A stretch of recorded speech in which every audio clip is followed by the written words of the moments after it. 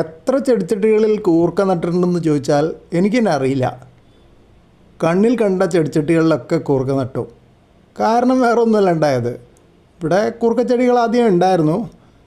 കഴിഞ്ഞ തവണത്തെ പറമ്പിൽ നട്ടതിൻ്റെ കുറച്ച് ചില്ലകൾ കൊണ്ടുവന്ന് നട്ടത്. പിന്നെ ഇടക്കാലത്ത് കുറേ ചെടിച്ചട്ടികൾ ടെറസിൽ നിന്ന് താഴേക്ക് കൊണ്ടുവന്നു, അവിടെ വെള്ളം നിറയുന്നതുകൊണ്ട്.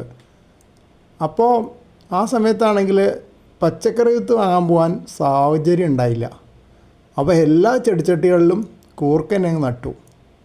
മഴ പെയ്തപ്പോൾ എല്ലാം നന്നായിട്ട് തഴച്ച് വളരാനും തുടങ്ങി. ഇത് കൂടാതെ പിന്നാമ്പുറത്തും ഉണ്ട് കുറച്ച്.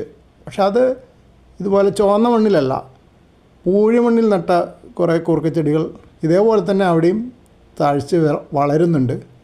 ഒരു പരീക്ഷണമാണ്, ഏതിലാണ് കൂടുതൽ വിളവുണ്ടാവുക